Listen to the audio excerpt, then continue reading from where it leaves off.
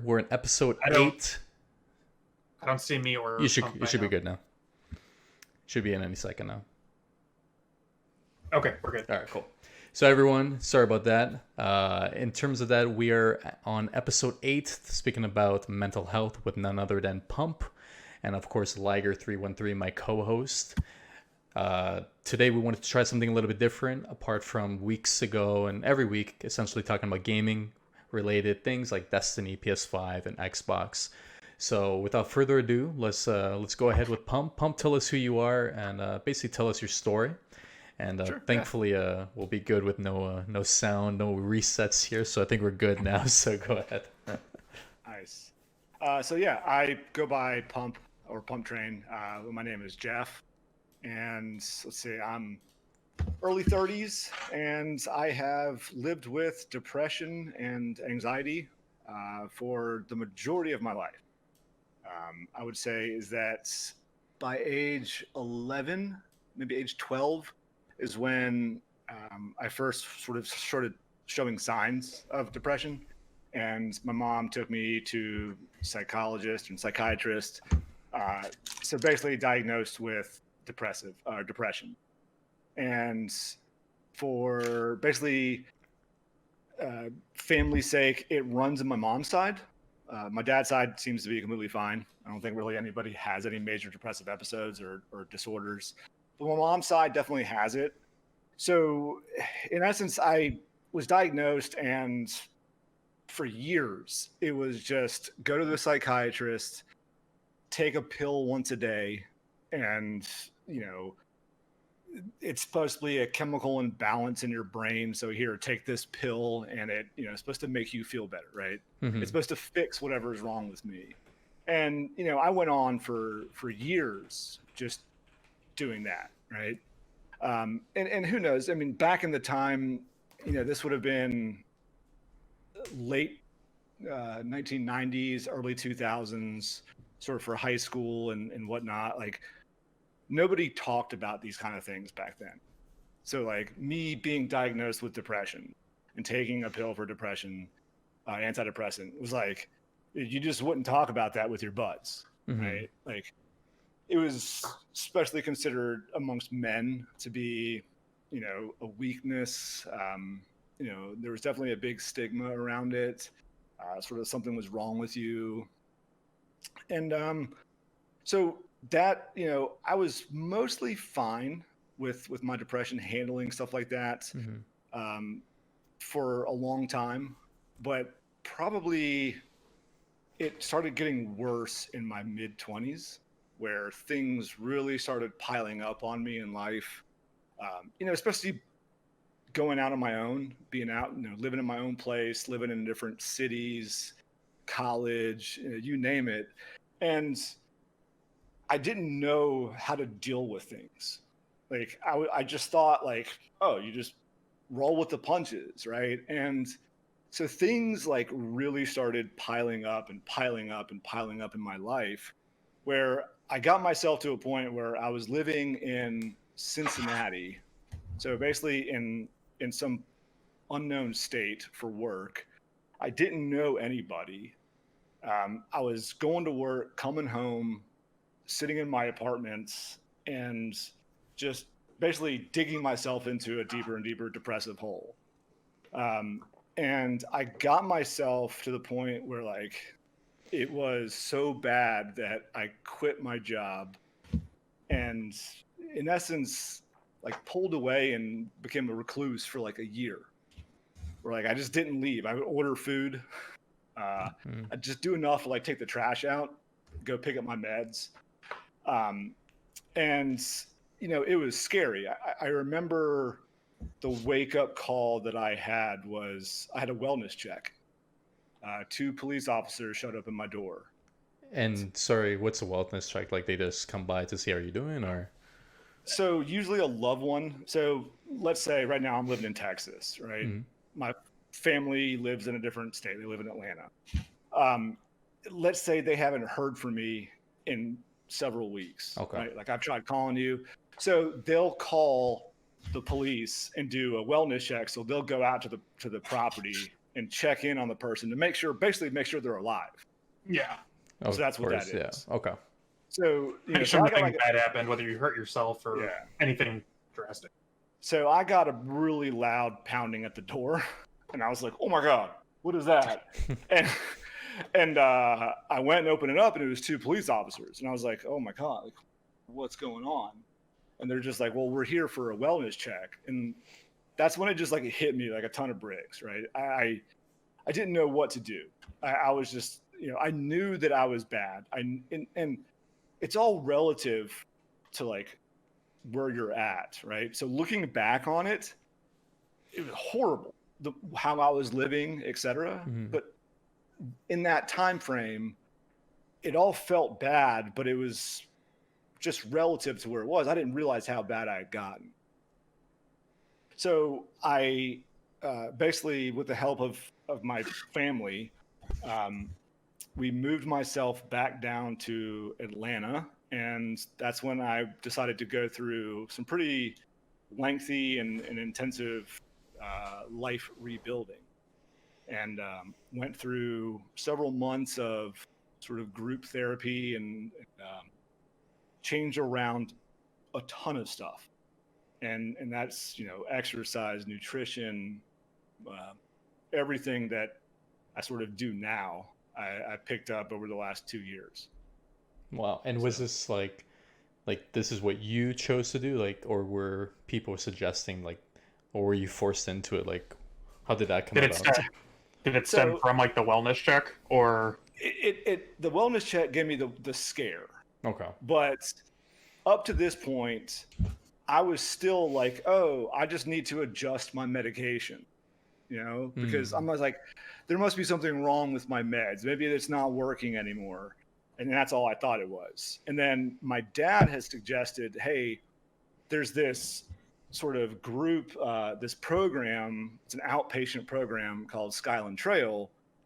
Would you consider going to it? And you can stay at my house when you do that. And I remember specifically being like, all right, I mean, sure, I'll go to it. I don't need it. It's, I'll just, play along. And whew, I was wrong. I was so wrong. Like, it's amazing how much I was convincing myself and denying the state I was in and the help I needed. So, yeah. In terms of that, because if like this was always going to be an interesting episode for myself, because Sure. Liger has been through depression, if I'm not mistaken, right, Nathan? Yeah, I can kind of share what I went through as well. Of course. Go ahead. Finish what you're. No, I was going to say it's a very interesting episode for me and this is why I wanted to do it as well, because Nathan has been through it, but not to your extent, Pump. So it's nice to see the different levels, because for myself, I've never really experienced, I guess, true depression where I needed to be looked after or like even take medication. So it's very interesting to see that other side of like, I guess the capacity of someone's life, like what can hit you, like whether it's like, a loved one passing away, or maybe you got laid off, or any other stresses in someone's life. You know what I mean? So it's kind of very interesting. Your story really, like, I'm sure for anyone listening, is very impactful, because at the end of the day, if I were to look at you, Pump, and we've gamed together, I would have never known unless you've mentioned it. You know what I mean? Yeah. Like, based on your personality and who you are today, like, I would have never guessed. But Nathan, go ahead with your story. Yeah, it was, let's see, it was 2016, I think. 2015 or like 2016, I got like my first like big boy adult job. I was working for a corporate office for a hardware company that's based out of Chicago called True Value Hardware. I loved it. I was learning a lot. I had the experience for it. But right at a year, the company had some financial setbacks, and basically anyone they hired within the last year got let go. So I took this very personally, because I was working my ass off. I was doing I thought I was doing everything right. And at the time I was 25, 26, 20, no, 24. So I thought this was the fucking end of the world. I remember just driving home. It was like an hour and a half drive because I worked way up north side of the northwest burbs, and I just like fucking like cried the whole way home. Like what did I do wrong? Blah blah blah. So before you continue, so you're basically blaming yourself. It was more like I was blaming myself because I felt I just let myself down. I was trying to replay everything. Like, did I do something wrong? Could I have done something better for them to try and fight to keep me? But at the end of the day, after I spoke to a few people, months later that I worked with, they were like, yeah, it really wasn't, you really didn't do anything wrong. It was just it was a financial thing apparently at the time. But I let that eat away at me for quite some time. I was living where I am right now.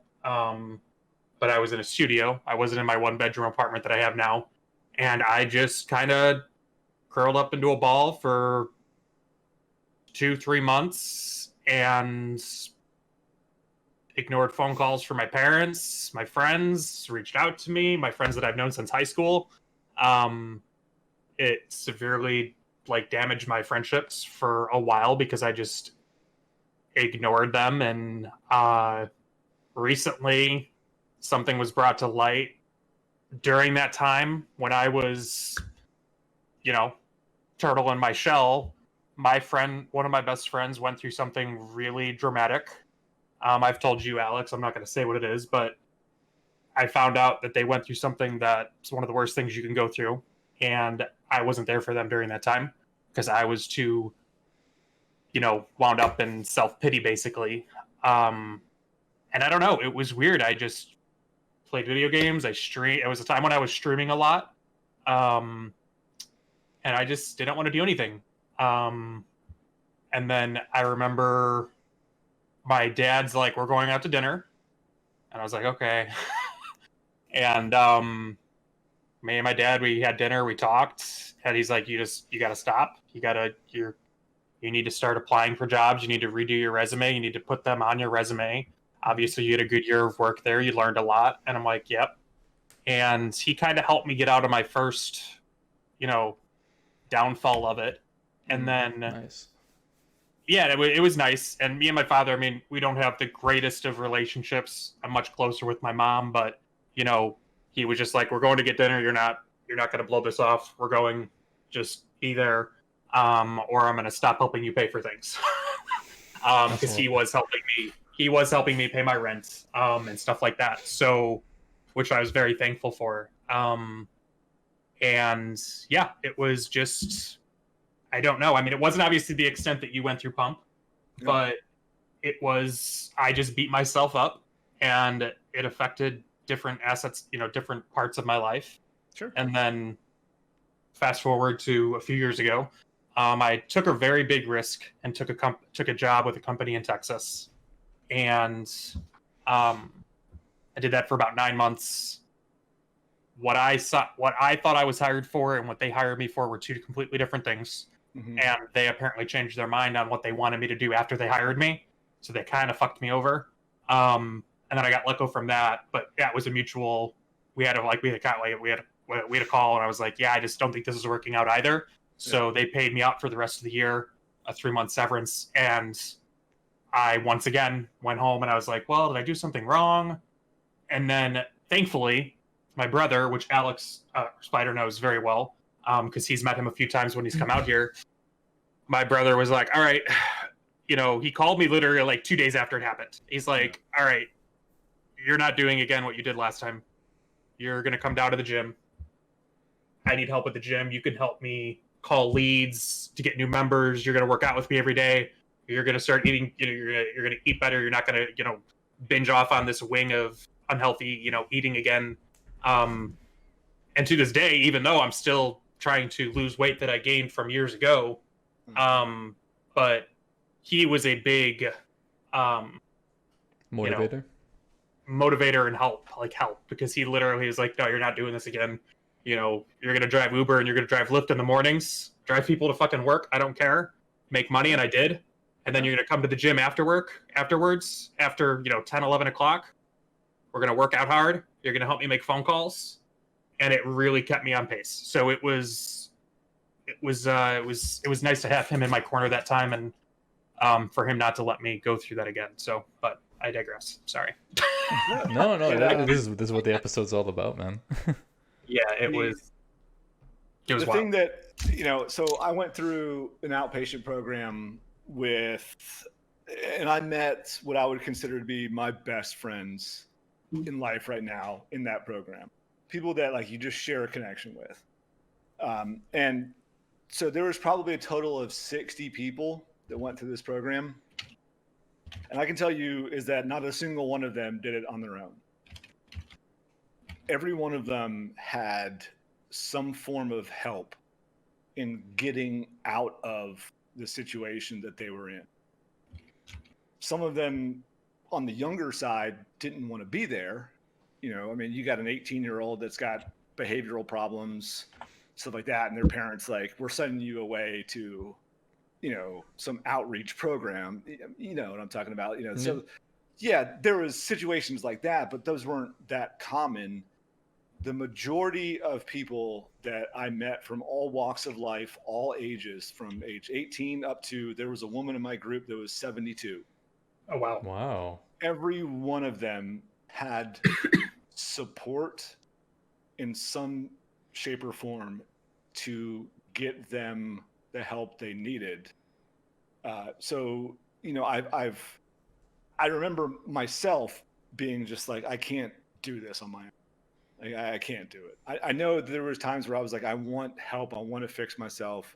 But like, it is literally like a mountain is sort of placed on your back. Like, you just can't move. So, that means reaching out to somebody to say, I need help. It's a start. Yeah. 100%. I mean, and if they ignore you, then go to the next person, because there's going to be somebody out there that's going to help. Yeah, that's something I learned too the second time, and I didn't want to bother people because I felt I was embarrassed too. Like I didn't. It is like it, and for men, whoever you are, obviously everyone handles it differently. But I took it to heart way more because I wear my heart on my sleeve. You both know this, and I took it as a huge just sign of disappointment in myself. I thought I just disappointed my parents, my friends, and all this stuff for what odd reason.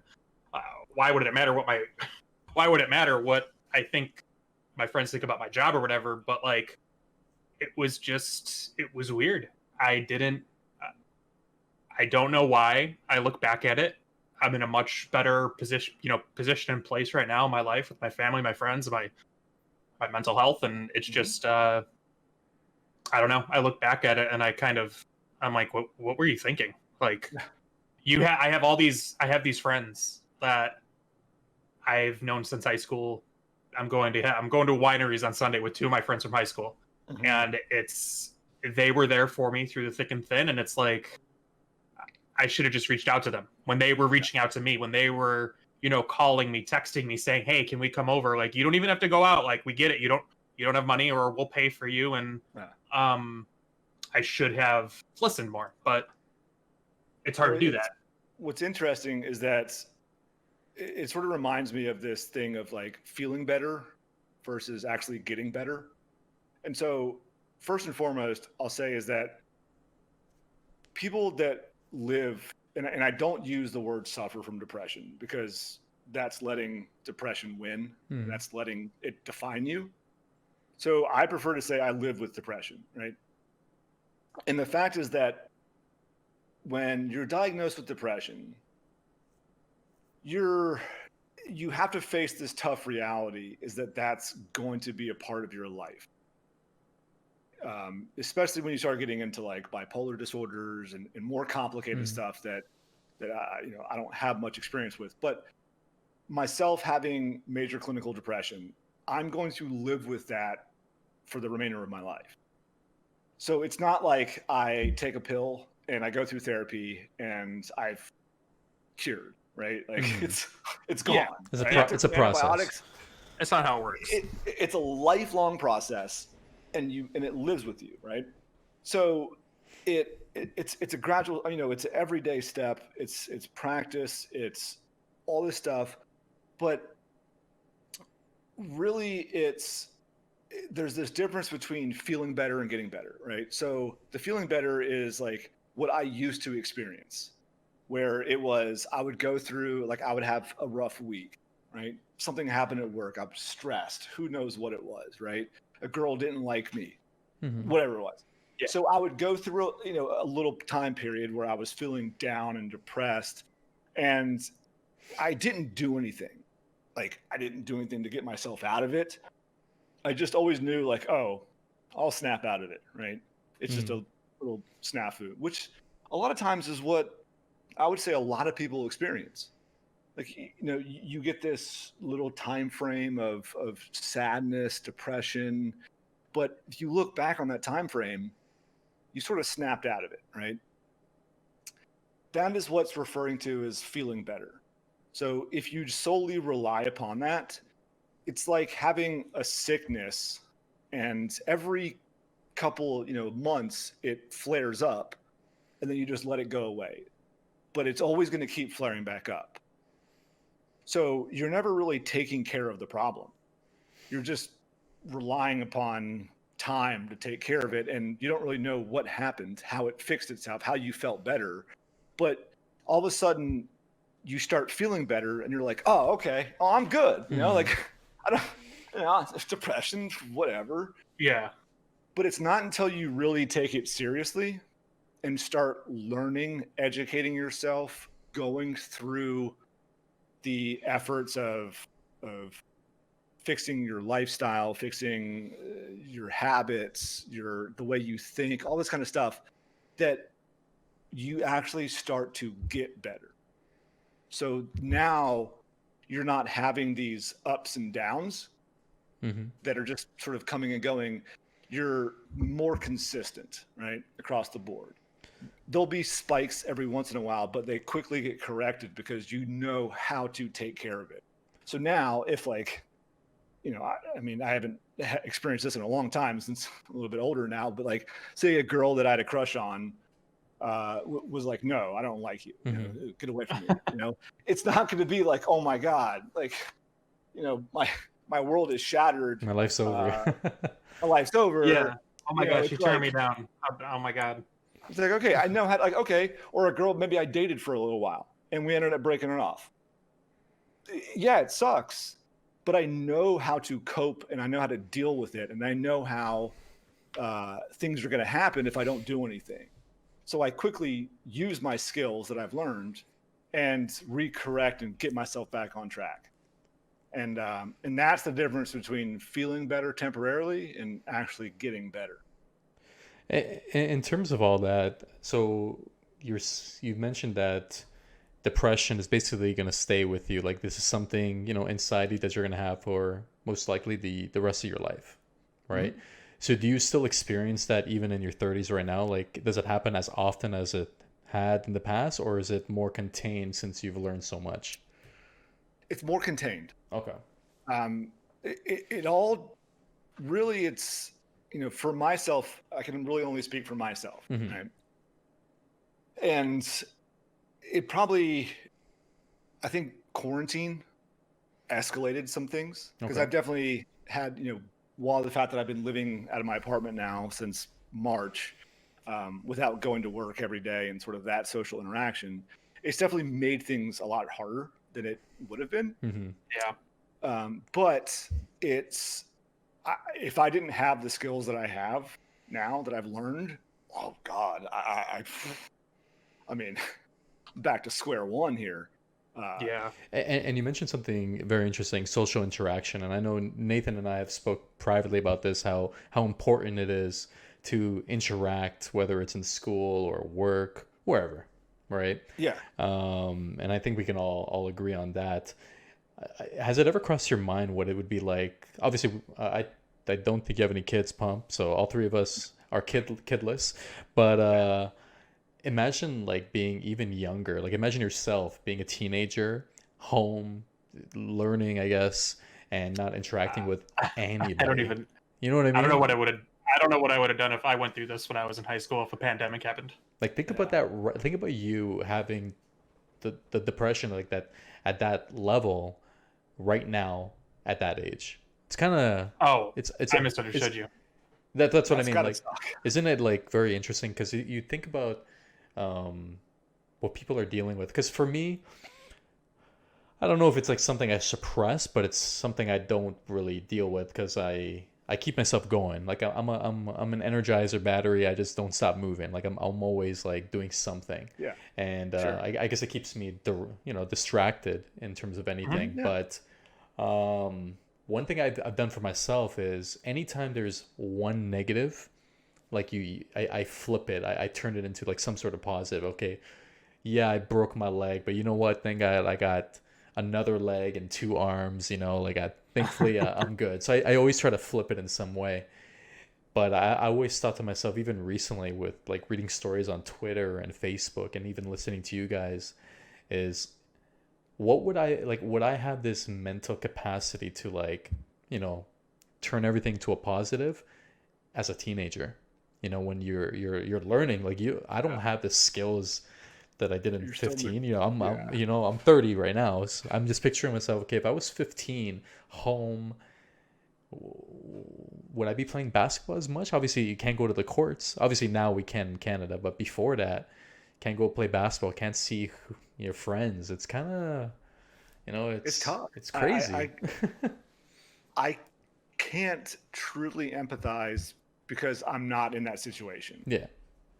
I can certainly try my hardest. And I know from my own personal experience, the way my life is living now is completely different than it was before the pandemic hit. Mm-hmm. It's what's interesting to me is your outlook on life. And so it's a lot of the way you think is what dictates basically your overall mood. Mm-hmm. And that's what was like, I didn't realize that. And that in essence is like the key to making yourself feel better, to actually, I'm not going to say happiness because happiness is an emotion that's temporary, but that's the key to like this positive outlook on life. Right. Mm-hmm. So, the cheesy saying is like, do you look at life as the glass half full or half empty? Mm-hmm. Right. And I'm always like, people would say that. And I was like, dude, shut the fuck up. Come on. Like, come on. Dude, like, this is glass half full shit. And all right, yeah, I came full circle on that because how you interpret events, everything in life is part of the cycle that dictates how you feel. So everything that happens, you can interpret it basically one of two ways, either glass half full or glass half empty, right? Mm-hmm. So let's say you get laid off from your job. Okay. Now, obviously that's not the best thing in the world to happen. So you're saying, well, how do I look at this not bad? Well, okay, I got laid off from my job. It wasn't personal. It was something that had to happen. And just because I got laid off from this job doesn't mean I'm never going to get a job again. That's right. What evidence supports that? There's Sure. no evidence. I don't have any evidence that supports that.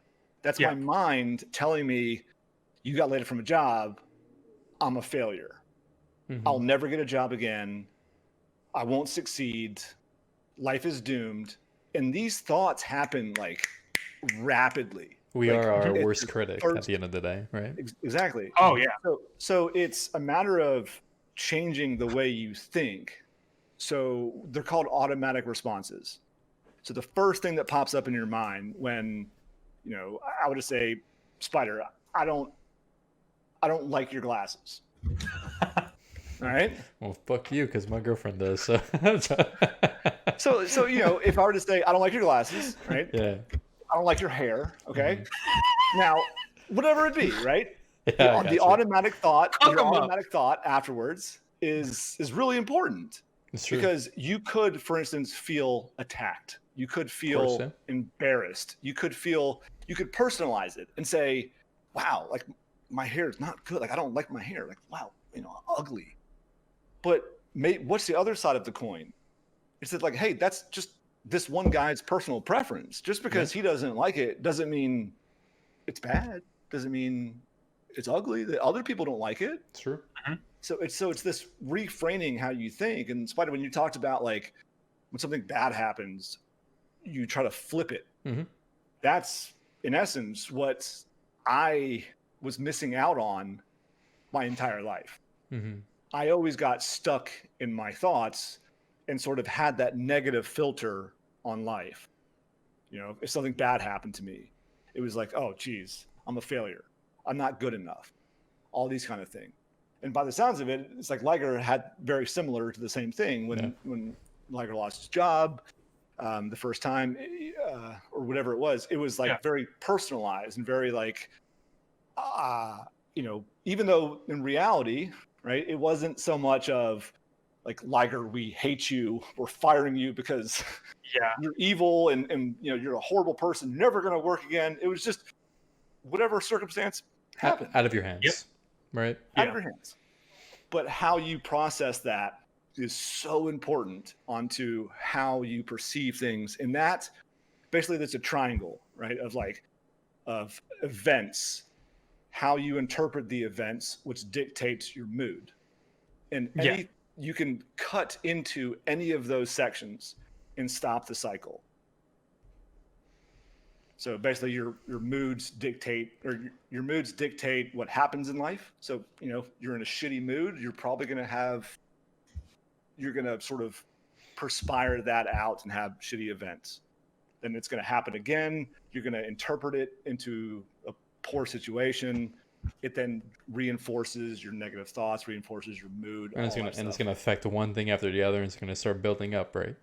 No, I completely agree with that. And I think the main reason I've learned to be so positive, like throughout my whole life, is I've had a lot of friends that have been through a lot of the things you guys have, and I think you look at their scenario, or seeing people depressed in general, or like my mom, like growing up and understanding that aspect, and it's I think that's what helped me. Is like you're sometimes looking outside in is the easiest, because when you're inside that box, you're pretty much stuck. You're not able to see what's going on around you, right? So being that person outside, and I'm looking at you guys are in that box. Now I'm looking and I'm like, oh, okay, I understand what he's going through, and basically what you're doing and going through, I'm now like, okay, if I go through that, I know what to do now. You know what I mean? It's kind of like a learning mechanism at the end of the day, and listening to your stories, it makes sense. I mean, this goes into some deep psychology, right? But a lot of that is sort of ingrained into you as a child. So your adolescent years, like up to age 6, most important, are the most important years of your life, because those and traumatic events in your life are what basically mold your thoughts, your patterns, your behaviors, how you interpret things. For instance, like in my teenage years, even into my early 20s, I was probably way more emotional than I am now, in a bad way. Like, I remember getting into an argument with my manager and just like going at it with him, not physical, but like stupid, like this is stupid. And I realized, like, the more I learned is like my mom did that. And that's where I learned it from. Her way of getting attention was basically throwing a hissy fit and then sulking and waiting for people to come and say, oh, so sorry for you and stuff like that. Oh, okay. Interesting. So like the more I learned about this kind of stuff, the more I was like, wait a second, this is too familiar. Like the way I was acting is the way that basically my mom did when I was growing up. It's crazy. And I agree with that, because it is, I've seen that I've seen myself I've seen my parents, both of them, my mom and my dad, and myself at times where something doesn't go right, or how I react to an argument with one of my brothers or sisters, or whatever the case may be. And it's like, you think about it and you're like, I see where I got it from. Yeah. Because I've seen that when I was younger, or even just most recently, a few months ago, maybe, whatever the case may be. And it's like, it's crazy how those type of things affect your brain and how you look at it. And you're like, oh, I see where I get it from. Yeah. So I had a mom that was like that. And then my dad was basically a clinically trained psychologist. So he has his doctorate in psychology. He only practiced for a few years, but then he went into like another form of it. So if you're looking at it from right now, you're like, oh my God, well, how did you ever have issues when your dad was a psychologist? Mm-hmm. Well, my dad's way of dealing with things was all like, he knew how to deal with things. He just kept it in here. So for him, it was never like, he never expressed his emotions or displayed how to do things. Like if my mom had a hissy fit, whatever it would be, outrage, he was fine, but he never showed how he managed to do that. So for me, I grew up being like, okay, well, I guess the way my dad did it was just cool. I'll just deal with it. So like, yeah, that was great. Yeah. And that's the interesting thing. I guess a lot of it comes from how we grow up, because in my childhood, it was pretty, for the most part, in the first 6 years, because I pretty much remember a lot of it was all positive. And I'm looking at like my brother, what he had to grow up with, a little bit more dramatic, a little bit more intense. And then I look at my stepsister, and she's living in a very happy state. And you start to recognize that whoever has kids, you need to make sure that the first 6 years are, that you listen to them. You imagine scaring the shit out of every kid, be like, it's over, Yeah, imagine. Parents. Parents. You think about having kids, you're like, yeah, by the way, I hope you're ready for the first 6 years, because that's going to really mess up your child. No, and it's pretty interesting. One thing I do want to ask you guys is that we'll start with Liger. Let's say 10 years from now, you know what, you're able to talk to yourself during that time when you were 24. What would you say to yourself? Let be your motivator. What would you say? To not like allow that to happen again, or what do you mean? Yeah, to overcome it. So let's say you've lost your job at 24, you're in your 50s right now, you have the ability now to contact yourself at 24. What would you tell yourself? To swallow your pride and listen to your friends and family that are reaching out to want to help you. Like it wasn't, and that's like when I look back at it, and I still think my friends to this day, it's like, I apologize to them and they're like, it's not a big deal. Like that's what friends do. And really it was a matter of me ignoring my brother, my parents, my sister at times, even though that's a completely different story for a different podcast. And probably 3 or 4 of my good friends. They all reached out. They all tried to help. And I just pushed them away. I would tell myself, listen to the people that care about you and love you and are literally trying to extend you a branch while you're sinking in quicksand, basically. That's good. That's good advice. I think that would be that was probably the biggest thing for me. And because it's not like my friends and my family are like, oh, fuck you, you're pussy, like, just snap out of it. Yeah. No, like they were literally they were the supportive side of it. They were like, no, my dad would literally call me and leave me voicemails and text messages. He'd be like, you're going to get through this. This job is going to lead to another one. This was a starting point for your career. And he was right. Because the job I have now, I love. I work with the greatest people I've ever known. I couldn't be happier right now. And if I was still working at that job, yeah, I enjoyed it, but it wasn't the job I want right now and the job that I have now. So I would tell myself to listen to the people that are reaching out to try and help you. Fantastic. And Pump, in terms of, obviously, I know you're technically still going through depression, I guess, because but you're able to overcome a lot of it, right? One thing I want to ask you, I guess I'll ask you the same question is, what advice, obviously you're more educated with yourself now, you have the ability to talk to yourself during those hard times, be your motivator. What advice do you think you would need at that specific time? So this is a two-part thing, right? Okay.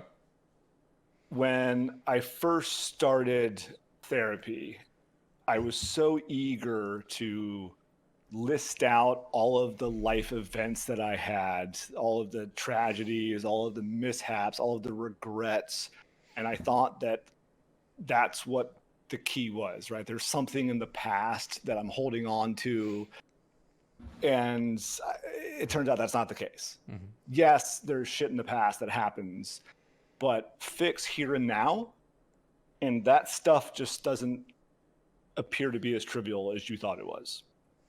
So it's all this holding on to regret, right? And I've let go of that kind of stuff. However, if I were to go back in time to 10 years ago, whatever it be, I would honestly tell myself to stop ignoring shit, to stop trying to coast through life and just say it'll get better.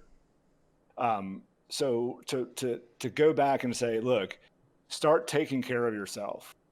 And if I was this way 10 years ago, oh, it'd been great. I mean, I don't know where I would be today. But either way, I'm happy with where I'm at now. So. No, that's fantastic. And the reason I'm asking this question is for you guys, so in case someone's listening or watching and they're able to maybe relate to some sort of aspect, they can maybe understand, okay, maybe I'm in a slump right now. My mom, my brother, my sister, my friends are messaging me on Twitter, Facebook, whatever the case may be. You know what? Maybe I should grab this phone or open up my laptop and reply to them and say, hey, I'm here. I'm listening, guys. You know, and I'm ready. I'm ready to, open the door and allow people in so that way I can, express and go from there. 100%. It's obviously I can't speak to really how it's like now as like sort of like a teenager, but I can certainly tell you when I was a teenager, going to therapy was like, it's what my mom used to do. I'm going to go to therapy and sit on the couch and let some guy psychoanalyze you. It's not like that at all. It is such a good thing to do. So like, if you're even if you've experienced parts of sadness, even if you have an event in life that's somewhat traumatic, there's so many resources now that are easy to access. It's true. Webcams. I can speak with a therapist at my house, sitting on the couch and just talking. And that's probably one of the biggest things. Don't bottle things up. I'm glad you mentioned that. So, and that's something I guess I never got to, but like, how long have you gone through or do you still talk to a therapist? Oh yeah. Okay. Yep. At what point did you start that during your recovery, and have you done it ever since? Yep. Is it the same person? It was until I moved out to Texas. Oh, okay. I have a different one now. Gotcha. Okay. But it's still. So I saw the same when I was in the outpatient recovery or outpatient program. I had several. Okay. Because there's it's basically like you're going to school. You're taking a different class every hour and going to another one. So that was different. When I got out of there, I had the same therapist. His name is Charles. That was awesome. And I just go and talk for an hour, and you learn things about yourself, and you leave there and you're like, holy shit, I didn't even realize I was thinking this way. I didn't even realize that this was what was in my head. And you get all of that stuff, that shit out of your head, and you feel so much better. Would you recommend, even if you're, I guess maybe even myself, I've always contemplated, I've always thought of it, but like at this point, I'm like, I'm happy, I'm content, I feel like I'm in a much better place. But even, would you just recommend like therapy for people that just to go through that cycle of talking to someone and like kind of having someone help you understand different things, or what do you think? 100%. It's interesting is that there's marriage counselors, Yeah. couples therapy, and people always go to those whenever they run into issues, right? They're thought of as like this last resort, like our marriage is failing, we're going to go to couples therapy. But what if couples opted to go to couples therapy when things were good? Sure. Because you're in a different mindset when you're feeling better, you're at your top of your game, versus when you and I hate each other and we're going to decide to go to therapy. Yeah. There's a reason why it doesn't really work out sometimes. But if you go when things are good, you're in a better state of mind. I mean, it's a perfect opportunity to go, is when you're in your state now, because now you're not so focused on like The problem. the bullshit. Yeah. In that, like I saw guys and girls and women and men through the program where they were still in that state of mind, and they struggled to really get through and break through as quickly as somebody like myself did. Because when I went to the program, I had started to exercise, started to get healthier. I was just feeling a little bit better. So I was able to like really absorb the information. So yeah, going when you're feeling good is a great idea. 100%. You know, and I've never really thought about it like that. Like, it's kind of. I've always looked at it as yeah, it's like, you need this kind of thing. It's like, oh, I'm happy right now, I don't need it. Why pay for something? It's like, but especially if you have insurance, like through work. Actually, that's true. Therapy sessions cost $10 a session, if not sometimes for free. Yeah. Yeah, mine be free. Yeah, exactly. That's actually, you know what? Fuck you. You're from Canada. You get everything for free. Shut up. Yeah. I mean, you're not wrong, but no-brainer. you're not wrong, but actually, what's funny, that reminds me of like yesterday I was playing with Mango, playing some Destiny, and he's like, is free healthcare actually as good as people say it is? Is that actually true? I'm like, Mango, I can break my arm right now. I could just go to the hospital. It's all good. And not have a $5,000 bill. Prove it. Prove it. Prove it. Out of nowhere, the podcast blows up. No, but that is good. It's wild to think of it that way. No, 100%. I think one thing I do want to mention is we live in a day and age of technology, and you mentioned this earlier, of face-to-face, with the webcam, with your psychologist or whoever you're speaking with. And it's kind of interesting if you try to picture yourselves, because we're all like, I'm 30, Pump, you're in your early 30s, Liger, you're pretty much over right at 30. And 29, 29 and a half-ish. Yeah, you're 30, man. So I'm 30. Picture yourself at a young age where we had, VHS tapes. There was no FaceTime. There was flip phones, cassette players, and it's like I don't know why I like to imagine things so much, but I guess that's where I feel grateful to be in this day and age, to have this ability to speak to you guys. I live in Canada. You both are in the States, and not only that, you guys are living in two far states. So it's like, isn't it kind of amazing, like what we're doing in terms of, in general, like being able to interact? It's still daylight out where I'm at, right? And it's nighttime where I'm at, right? So it's sucks, man. Right? Yeah, it's mind-boggling, and I think that's what helps with maybe my mental state, or in general in everything, because we're able to interact, play games. have something. Interaction is key. There's basic human needs Hmm. that, if are left unfulfilled, start to boil over. And like love, affection is one of those. To feel loved, to feel wanted is one of those. I guess it's debatable whether like human interaction is considered one of them. Hmm.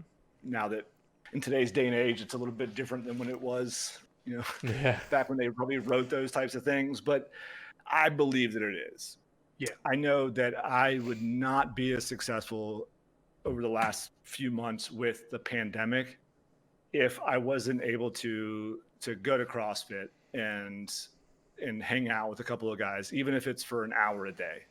Yeah. And it's not even for me, it's exercise, but it's also the like actual human interaction. And this is great, Hmm. but there's something different about Of course. actual human presence. Of course, but Oh, absolutely. it's at least something that can help. It's like the Yeah, middle no, for ground, sure. right? Like coming from Yep. my experience, obviously I'm in a long distance relationship, and Mhm. thank God there's video calling. Yeah. You know what I mean? Especially with the borders closed and all that jazz. So it's kind of an interesting, and for anyone listening or watching this, if you can't physically be with someone right now because of COVID or where you're living, turn on your phone, like turn on that video calling. There's tons of applications like Skype, Discord, Zoom, Facebook Facebook Messenger, WhatsApp does it now. Like, honestly, you name it, I'm sure there's always a way. hmm Um, but no, yeah, this was a pretty good episode, honestly. This is a very there's interesting one. there's one more thing I wanted to hear your take on pump, because I understand, I've heard of it before, but I don't fully understand it, the lethargy cycle. Uh, Can you just go over that real quick?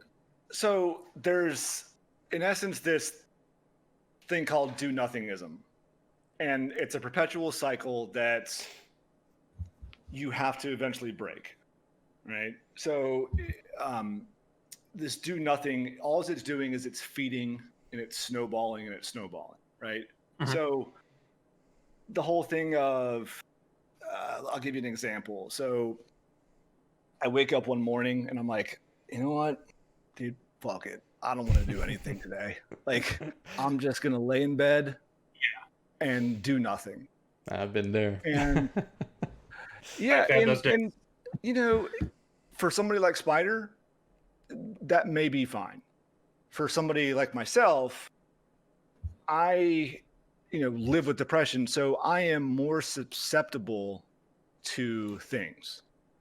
No So problem. doing that may feel good, but it could lead to sort of this vicious cycle of, okay, now I'm doing the same thing, and it's temporary relief, but it leads to doing nothing and end up in a bad state. Mhm. So breaking that cycle and using something that I refer to, or that's referred to as opposite action. So Mhm. it's in essence, this radical, so say you're sitting in the house all day and you're doing this. Opposite action would be, okay, whatever you would do for a coping mechanism or whatever this would be, just do something radically different. So give us an example. So let's say that I have a routine. I come home from work, I do a little bit of exercise, and I cook dinner, get on the computer, play some video games, and that's my routine. And doing that every day, and I'm starting to feel like I'm in a loop, and I'm just sluggish and not really enjoying things. I say I need to mix things up. So I'm going to get up right now. I'm going to go for a walk. And it's just completely different. Don't normally do that. Break the routine. Break the routine, break the cycle. And it's doing sort of the opposite action, especially when you start talking about coping mechanisms, healthy versus unhealthy coping mechanisms. What do you fall back to? If a big one is eating, using food as a coping mechanism. So if you find yourself in that situation, it's being actively aware of like, I'm going to eat right now. And then you're saying to yourself, why am I eating? Is it because I'm truly hungry, or is it because something's on my mind? That's a good point. Let me do the opposite of what I would normally do. Put that down. And instead, I'm going to go journal, or, paint or draw. Something that's just Go for a walk. Go do for a walk. Something that's a healthy coping mechanism, but it's just opposite of what you would typically do. Yeah. So I don't know if that helps you sum it up.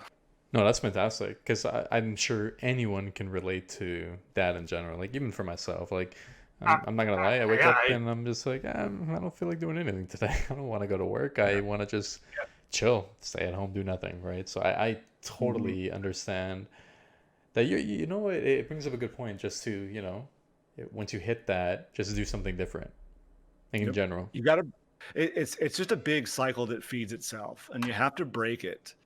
The do nothingism is that can definitely lead into anxiety. I was that way. Like, when I quit my job, it was because I basically got to the point where I was like, I'm too scared to actually call and say that I'm sick. So I'm just going to like hide under my covers and hope that the world goes away. Right. Yeah. And it just fed into itself, and it fed into itself. And then you'll find yourself in a situation where it's like, I don't even want to leave the house because I'm scared to. And it's fear, but breaking that cycle, it doesn't matter if say I was stuck in my apartment and I never left, which is kind of true. When I was bad, even a baby step of just get up, go walk the building, and come back and see how you feel. You don't have to, you don't have to go for a 10-mile run. You don't have to go to a concert. Just something small. Yeah, you don't have to spend money. Like, at the end of the day. It doesn't have to be something totally fearful, because with anxiety, the more you give into it, the worse it gets. I would agree. I find it, at least personally for myself, that way. Yeah. So. Oh, that's fantastic. No, this was great. I think I learned a lot, and I think for anyone listening or watching, I'm sure they can take a lot from what you guys experience and the advice that you guys have given. One thing I will mention is for anyone watching this live, and I have to say it because it's been on my mind for about like the last 45 minutes. If you look at the walls in our background right now, it's kind of like all synced, Holy, they what really I mean? Are. It's like if Liger turned on the lights in his background, Who's to this way? You want a high five? High five? Yeah, it's the Liger. Oh wait, no! I gotta go that way. Fuck! The cameras are mirrored. There we go. Pump. God, we're fucking nerds. That's too funny. According to my Discord, Spider's below me, so I can like pat his head. Yeah. Yeah, because on the stream it's basically Liger, then you, then me. So, okay, gotcha. Yeah, but it's that's pretty funny. Oh, now I want to. I don't want to talk about it. Oh, he switched it around. Okay. No, I clicked on the wrong channel by accident. Oh, okay. No worries. But no, I do appreciate you guys telling your story. One thing that I do want to mention is something that because normally we end the podcast with hot takes. Sure. We will not be doing that this time. We want to keep it professional. Normally the hot takes is very much a joking matter, and I don't want to like turn this episode into that. So if you want to do it, I don't care. Okay. You know what? For anyone let's have a little fun. For anyone in the Twitch chat right now, I'm sure a lot of you have seen the previous episodes. If you have a hot take in your mind that you want us to ask Pump right now, go ahead. I have a couple in mind, Liger, do you have any? Yeah, I got one. All right. It's a spicy one though, so we'll wait. We'll wait till the end. All right, let's see. Let's give a minute. Actually, I got two spicy ones, just because I know. So I got two. I got two good You want to ones. be 4 and 5? Yeah, I'll be 4 and 5. These are Okay. real good. So I'll do the first 3. So, and then in case we see someone in the chat that decides on one. Yeah, we can throw it an extra. All right, Pump. I think should we go? Let's add a little anxiety. All right. Sure. Would you either be locked up in the basement with no food and water? You're locked up. You're enclosed. Or would you be in the middle of water without anything around you? Water. Water? 100%. 100%? Yep. Okay. You know what's funny? Being in the middle of the water is my biggest fear. Not because, I can't swim or anything. I just don't know what's underneath me. You know what I mean? So you can see everything, and then you've lost pretty much you pretty much lost everything. It's like the whole I don't like being in big open bodies of water like Exactly. lakes or oceans because you can't see down, but when you're in a swimming pool, the water's so clear and there's lights, you can see the bottom. Yeah, it's. I have a background in scuba diving, so. Oh yeah, so you're good. Yeah, you walked into that one. Of course, I'm gonna pick water. True. Okay. Yeah, you're a fucking fish. All right. So for number 2, I would probably go with. Let's add a little gaming related stuff. Sure. You're in math class. You came from Rec Nation. Let's add a little joking here. You can tier 3 sub to one of these two guys. Would it be to Triple Rec or would it be to Dado? Go to Ari. Good Ari? That's man. Good job. But it's got an asterisk next to it. Yes, a stream. Yeah, exactly. He has to actually stream. I love that one. That was one of mine. But That was okay, one. no, I got extra one. All right. Let's go a little bit on the other end. Would you rather be? Here's an interesting one. Would you rather have a beautiful home, or would you have your dream job? So your dream home or your dream job? Where do you go? Dream home. Dream home, good choice. I would have chosen the same thing, because you could have a shit home and an amazing job. Then what? Truthfully, I mean, there's I can go into a topic about that for a while, but yeah, as long as I'm able, if I do, I'm happy with what I'm doing and it's able to support myself and my life, then I'm okay. I don't need to. Back in my early 20s, when I started working full time, I was always on this. I mean, this is a millennial thing, I think, but we would always want to find purpose in work. Yeah, where it's like, I want to do something that means something. I want to find that job, and then I realize it doesn't. Like I'm not trying to live to work. I want to work so that I can come home and enjoy my life. Of course. And enjoy. So Yeah, you don't want to work to live. You want to live to. You don't want to live to work. You want to work to live. Wait, no. Did I the wrong way? You don't want to do either. You right? don't. You don't. Well, no. You want to be able to live, but you don't want to have work be the major. You don't want to live your life just to work to get by. You want to be able to just balance. go right in the middle. Balance. Right in the middle. Work-life balance. That's you all don't you want to work to live. You don't want to live to work. Just right there in the middle. Yep. Yeah. I got my third one here. Sorry, and then we'll go with Liger for the ending. Obviously, we've all watched Cobra Kai. We're all Karate Kid fans here. Are you with Daniel LaRusso or Johnny Lawrence? And this is a tough one, man, because both are fantastic right now. I'm gonna go Johnny.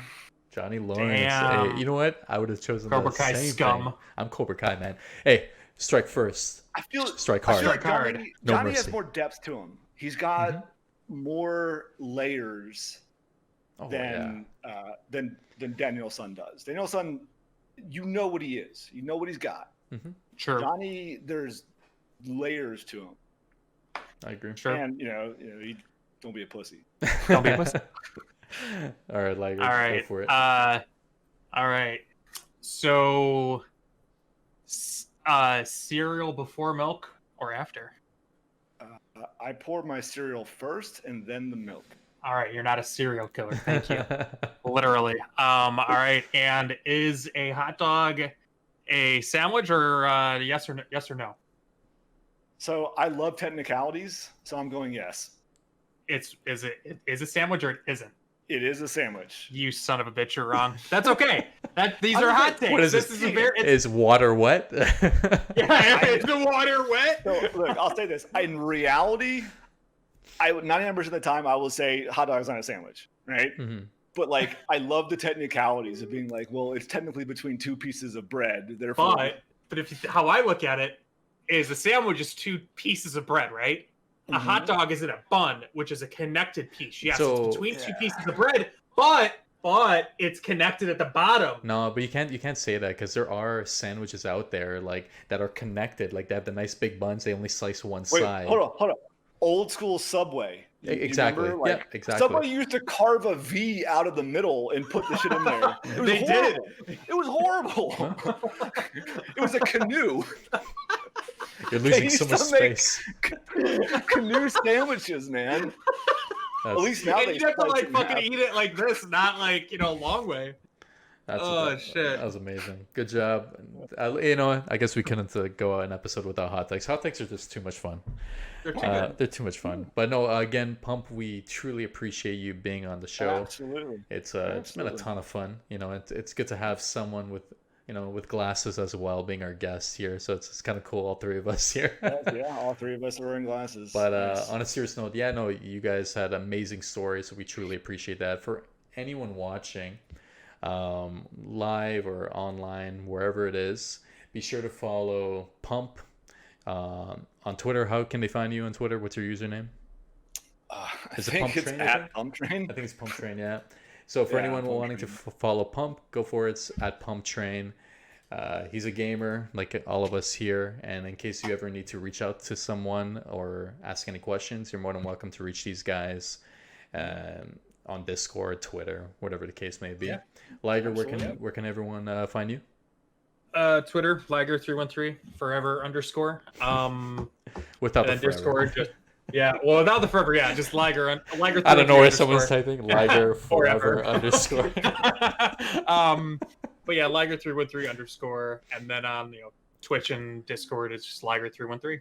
Awesome. So And yeah, everyone, you guys can find me Spidercides on Twitter, Twitch, everywhere. And be sure to follow Guardian Popcorn on Twitter and Twitch. That's where we're going to do most of the Yes. updates. Today we had Pump, and next week we're going to be having King Alan, the King of India, is going to be with us next week. So that's going to be a very cool guest for us. And for anyone, again, if you guys have any guests that you guys want on the show or any tips or questions, be sure to reach out to us. We want to make sure this podcast keeps getting better each and every time. And if there's any topics you guys actually want us to cover, obviously the mental health and mental awareness in general is something that we wanted to try and see. And if people if people enjoyed it, then maybe we'll try to tackle something else. And we'll be sure to bring Pump again to talk about more stories, because definitely fascinated. That was fantastic. But honestly, everyone, thank you guys so much for watching episode 8. And we'll see you next week at 7 p.m. Eastern on Friday. peace. All right, guys. Take care.